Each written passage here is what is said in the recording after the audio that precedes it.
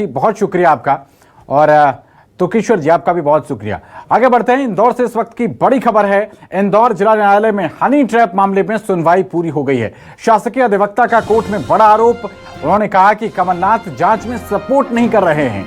10 फरवरी को इस मामले में अब अगली सुनवाई होगी। आपको बता दें कि मामले की पेन ड्राइव कमलनाथ के पास है और पेन ड्राइव को काफी अहम सबूत माना जा रहा है। एसआईटी कमलनाथ से पेन ड्राइव की मांग कर रही है, लेकिन बड़ा आरोप यह लगाया गया है कि कमलनाथ जांच में सपोर्ट नहीं कर रहे हैं।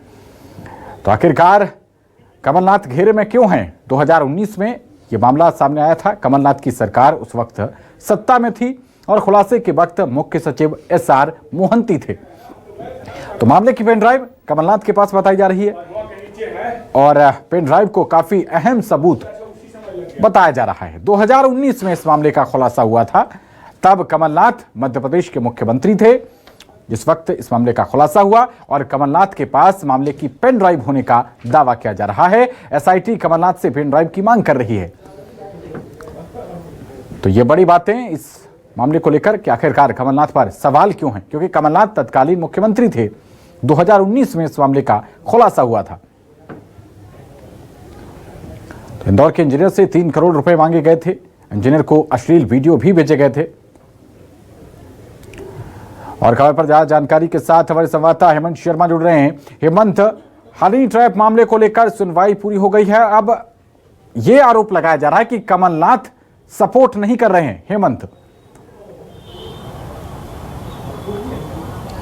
देखिए, बिल्कुल शासकीय अधिवक्ता की तरफ से तथ्य रखे गए। 3 बिंदुओं पर आज सुनवाई हुई है, जिसमें से 173 सीआरपीसी के तहत एक प्रतिवेदन पेश किया गया था आरोपी पक्ष की तरफ से।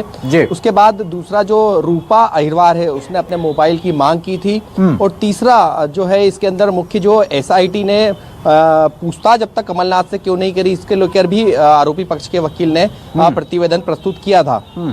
अभी शासकीय अधिवक्ता ने फिलहाल एक ही प्रतिवेदन पर जवाब प्रस्तुत किया है, जो कि रूपा ने जो मोबाइल की मांग की है उसको लेकर यहाँ पर आपत्ति ली है। उनका कहना है, शासकीय अधिवक्ता का, चूंकि ये आरोप में मुख्य एविडेंस था ये मोबाइल, जिससे पूरे वीडियो को वायरल करने की धमकी दी जा रही थी, तो इसलिए इस मोबाइल को फरियादी अपराधी को हैंडओवर नहीं किया जाए। इसके साथ ही देखिए 2 बिंदुओं पर यहाँ पर शासकीय अधिवक्ता ने फिलहाल एसआईटी प्रमुख विपिन महेश्वरी के रिटायरमेंट के बाद नए जो एसआईटी प्रमुख बने हैं आदर्श कटियार जी, पिछले हफ्ते ही उन्होंने ज्वाइन किया है। फिलहाल वो ट्रेनिंग पर है, इसलिए उनसे इस पूरे मामले को लेकर अब तक कोई बातचीत नहीं हो सकी है। तो उसको लेकर अब आगे इसके अंदर जो नई तारीख है वो 10 फरवरी तक की दे दी गई है। 10 फरवरी तक इसके अंदर अब शासकीय अधिवक्ता को जवाब प्रस्तुत करना है कि एसआईटी अब तक कमलनाथ से पूछताछ क्यों नहीं कर पाई। जब न्यूज 24 मध्य प्रदेश छत्तीसगढ़ ने शासकीय अधिवक्ता से इस पूरे मामले में सवाल किया था, तो उनका यह कहना था कि हमने पूर्व मुख्यमंत्री कमलनाथ को 2 जून 2021 को एक नोटिस जारी किया था, जिसमें उनको कहा था कि उनके श्यामला हिल्स स्थित बंगले पर वे मौजूद रहे, उनसे एसआईटी पूछताछ करने के लिए पहुंचेगी, लेकिन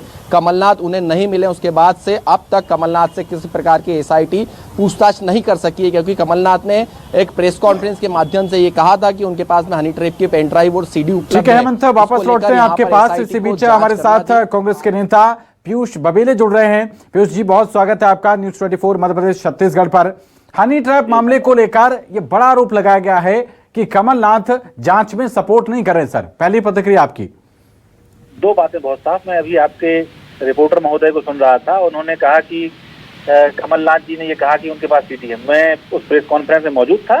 उन्होंने ये कहा था कि अधिकारी जो पुलिस के शीर्ष अधिकारी थे, उन्होंने उनसे कहा था कि ऐसा कोई मैटर है as a chief minister Kamalnath ji से, और कमलनाथ जी ने कहा कि मैंने ये सब चीज नहीं देखा, आप लोग जो उसमें उचित कार्रवाई करें। तो ये जैसे आप मान लीजिए, तो उस समय वो मुख्यमंत्री थे, इसलिए पुलिस के शीर्ष अधिकारियों ने उन्हें दिखाया। आज जो मुख्यमंत्री होंगे, मान लीजिए डॉक्टर मोहन यादव है, तो अधिकारी उनसे बात करें। तो सरकारी अधिवक्ता की बात हमें ये कुछ समझ में आने वाली नहीं है। मान लीजिए अटल बिहारी वाजपेयी के समय में कोई घोटाला हुआ, वो उस समय प्रधानमंत्री थे, आज वो दिवंगत हो चुके हैं, तो आज वो तो प्रधानमंत्री कार्यालय की बात होती है, आप तो मुख्यमंत्री कार्यालय को देते हो, वो तो कंटिन्यूअस प्रोसेस होता है। और कमलनाथ जी ने स्पष्ट कहा है कि उनने पुलिस के अधिकारियों को दे दिया था और वो अपना जान, मैंने देखा भी नहीं। दूसरी बात, जो ये कह रहे हैं कि 2021 में कमलनाथ जी से कहा था कि हम पूछताछ करेंगे, तो कमलनाथ जी तो पूरे चुनाव प्रचार के दौरान यहीं थे, बराबर मध्य प्रदेश में उपलब्ध हैं, दिल्ली में उपलब्ध है, सरकारी आवास में रह रहे हैं।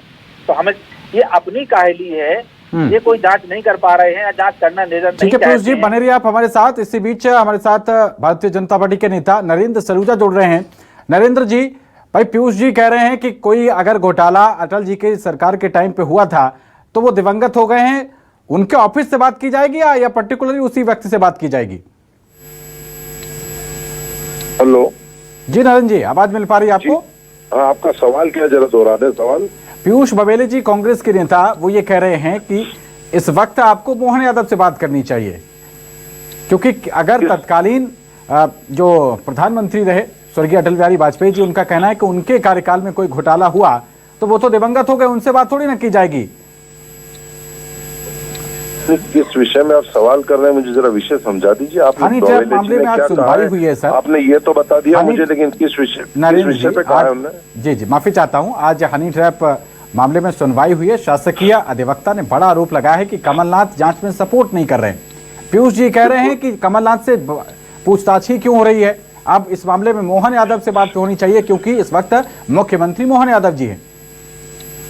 देखिए, कमलनाथ जी से इसलिए पूछताछ होनी चाहिए कि कमलनाथ जी के हमने सार्वजनिक रूप से कई बयान सुने जिसमें उन्होंने कहा है कि मेरे पास हनी ट्रैप की सीडी है, और बाद में जब इश्यू बना तो पलट गए। हमने उनका पलटते हुए बयान भी सुना है, और हमारे पास वो पहले का बयान भी मौजूद है जिसमें उन्होंने सार्वजनिक रूप से कहा था कि मेरे पास हनी ट्रैप की सीडी है, मुझे अधिकारियों ने दिखाई। ये उन्होंने कई बार कहा, धमकाने का काम किया इस सीडी के नाम पे, अधिकारियों को जो लोग इसमें लिप्त है, ब्लैकमेलिंग का काम किया है। तो निश्चित तौर पे जब बाद में वो उनको नोटिस मिला और जब इसके ऊपर कार्रवाई की बात हुई तो उन्होंने अपने बयान से मुकर गए, यू टर्न ले लिया कि मेरे को तो अधिकारी दिखाने आए थे, फिर ले गए, पता नहीं कहा। तो पूछताछ तो होनी चाहिए। जब आपने पहले बयान दिया सीडी मेरे पास है, तो बताओ कहाँ है सीडी और किस हक से आपके पास सीडी है, ये भी बताओ। ठीक है पीयूष जी, बस कहना चाहता हूं कि ये जो सरोजा जी बात कर रहे हैं, इस लिहाज से तो सरोजा जी से ही पूछताछ होनी चाहिए, क्योंकि उस समय कमलनाथ जी के मीडिया कोऑर्डिनेटर यही थे जब का ये मामला है। तो अब कमलनाथ जी ने उस समय चोरी करी तो हम गुनाहगार रहेंगे क्या उनके साथ थे? तो अपने कर्म के तो रहेंगे, चोरी नहीं डकैती के रहोगे, चाटुकारिता के रहोगे, ये बात छोड़ देते।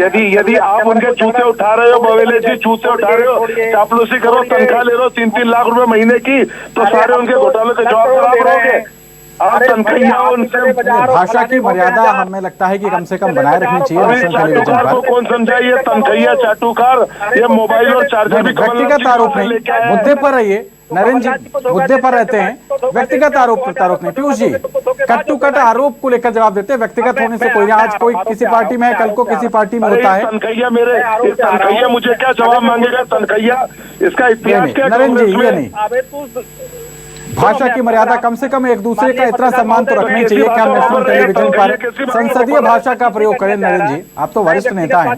भाषा में वो बात करूं, आप कहें तो ना करूं, मुझे व्यक्तिगत आरोप प्रत्यारोप में कोई दिलचस्पी नहीं है। एंकर महोदय मैं बोलूं क्या? चलिए खैर, इस तरीके से बात नहीं हो पाएगी। बहुत शुक्रिया पीयूष जी और नरेंद्र जी आप दोनों का, और हेमंत जी आपका भी।